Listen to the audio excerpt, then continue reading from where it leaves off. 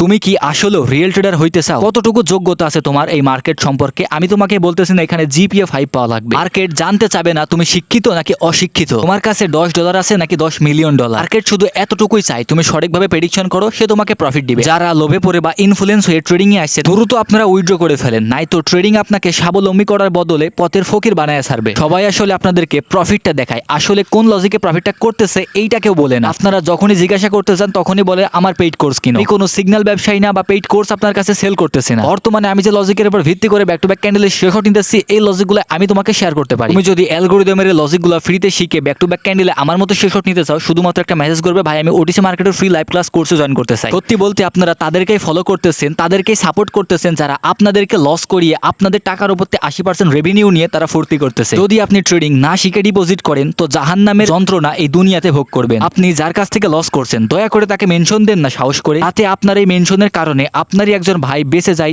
ওই স্ক্যামারের হাত থেকে। তুমি এখনো কি আমাকে প্রশ্ন করবা, ভাই ওটিসি মার্কেট আসলে কোন লজিকটা আমাদের শেখা উচিত? তুমি কি দেখতে পারছো না এখানে ব্যাক টু ব্যাক কতগুলা ক্যান্ডেল আমরা সেই শট নিয়ে প্রফিট করলাম? এর থেকে পাওয়ারফুল কোনো কনসেপ্ট নাই বাইনারি ট্রেডিং এ। তোমাকে যদি সফল হইতে হয় অবশ্যই এই ওটিসি মার্কেটের অ্যালগরিদমের লজিকটা শিখতেই হবে।